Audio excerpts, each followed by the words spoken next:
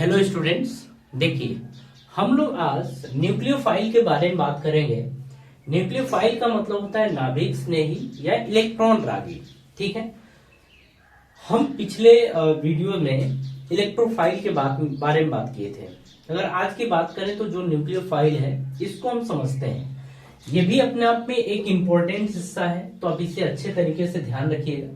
हम आपको पूरी तरीके से समझा देंगे कि आपको कैसे पता चलेगा कि कोई भी एलिमेंट है वो न्यूक्लियो या एटम वो न्यूक्लियोफाइल की तरह बिहेव कब करेगा। ठीक है, देखिए सबसे पहले समझते हैं जो न्यूक्लियोफाइल जो होता है इनके पास इलेक्ट्रॉन की संख्या ज्यादा होती है। मतलब इनके पास इलेक्ट्रॉन या ऐसे बोल सकते हैं ये इलेक्ट्रॉन रिच होते हैं। ठीक है, अतः ये इलेक्ट्रॉन डोनर यानी इलेक्ट्रॉन दाता होते हैं। मतलब ये इलेक्ट्रॉन क्या करते हैं, डोनेट करते हैं। ऐसे समझिए जो न्यूक्लियोफाइल होता है वो इलेक्ट्रॉन रिच होता है और वो इलेक्ट्रॉन डेफिशिएंट को इलेक्ट्रॉन डोनेट करता है, यानी कि जिनके पास इलेक्ट्रॉनों की कमी होती है उनको इलेक्ट्रॉन ये देता है। ठीक है, नेक्स्ट पॉइंट की बात करें, ये हमेशा दो इलेक्ट्रॉन या एक लोन पेयर देते हैं।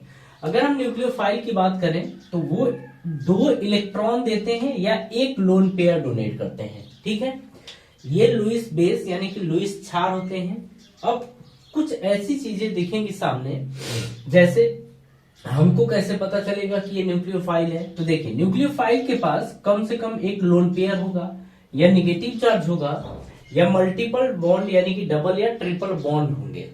तो आप समझ जाएंगे कि ये जो एटम है ये न्यूक्लियोफाइल की तरह बिहेव करेगा। ठीक है, कंपाउंड की बात होती है, लेकिन उस कंपाउंड में हम उस पर्टिकुलर एटम की बात करेंगे कि वो न्यूक्लियोफाइल की तरह बिहेव करेगा कि इलेक्ट्रोफाइल की तरह बिहेव करेगा। ठीक है, टाइप फर्स्ट में हम ये बोलेंगे कि निगेटिव चार्ज आयन, मतलब ऐसे एटम जिनके ऊपर निगेटिव चार्ज हो तो वो न्यूक्लियोफाइल की तरह बिहेव करते हैं। जैसे अगर H के सिर पे माइनस है तो ये न्यूक्लियोफाइल की तरह बिहेव करेगा, X के सिर पे माइनस है तो ये न्यूक्लियोफाइल की तरह बिहेव करेगा। और X को आप सभी लोग जानते हैं, फ्लोरीन, क्लोरीन, ब्रोमीन, आयोडीन, ये सब होता है R, यानी कि एल्काइल ग्रुप के ऊपर अगर माइनस है तो भी ये न्यूक्लियोफाइल की तरह बिहेव करेगा। HO या OH माइनस, ये भी न्यूक्लियोफाइल की तरह बिहेव करेगा। CN है, इसके ऊपर अगर माइनस हो तो ये भी एक न्यूक्लियोफाइल की तरह बिहेव करेगा। ठीक है, आगे की बात ये तो समझ गया कि ऐसे एलिमेंट्स को देखेंगे जिनके ऊपर नेगेटिव चार्ज होगा तो वो न्यूक्लियोफाइल की तरह बिहेव करेंगे। इनके एग्जांपल भी हम आगे चल के समझेंगे। अब देखिए टाइप सेकेंड में अगर बात करें, न्यूट्रल कंपाउंड्स या हम कहते हैं कि उदासीन यौगिक जिनके पास कम से कम एक लोन पेयर हो। मतलब ऐसे कंपाउंड्स जिनमें एक कम से कम लोन पेयर पाया जाएगा तो वो न्यूक्लियोफाइल की तरह बिहेव करेंगे। जैसे अगर हम NH3 की बात करें तो NH3 में N के पास एक लोन पेयर है, तो जो नाइट्रोजन है ये न्यूक्लियोफाइल की तरह बिहेव करेगा। जैसा कि आप सभी लोगों को पता है NH3 का स्ट्रक्चर ये होगा, नाइट्रोजन के पास 5 इलेक्ट्रॉन्स होते हैं, 3 तो इधर चले गए, 2 इलेक्ट्रॉन बचे और 2 का मतलब एक लोन पेयर। तो ये वाला हिस्सा न्यूक्लियोफाइल की तरह बिहेव करेगा। ठीक है, RNH2 की अगर बात करें तो बस आप यहाँ पे R लगा दीजिए। तो क्या अभी भी नाइट्रोजन के पास एक लोन पेयर है, तो हम कहेंगे लोन पेयर है, मतलब ये न्यूक्लियोफाइल की तरह बिहेव करेगा।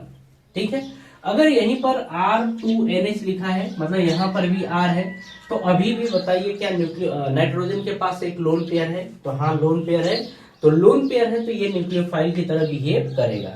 बात समझ में आ रही है? ये हो गया।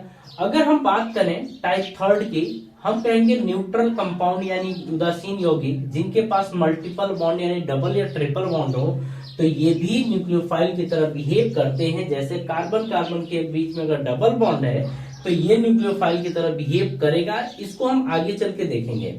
ऑक्सीजन है, ऑक्सीजन के बीच में डबल बॉन्ड है तो भी ये न्यूक्लियोफाइल की तरह बिहेव करेगा।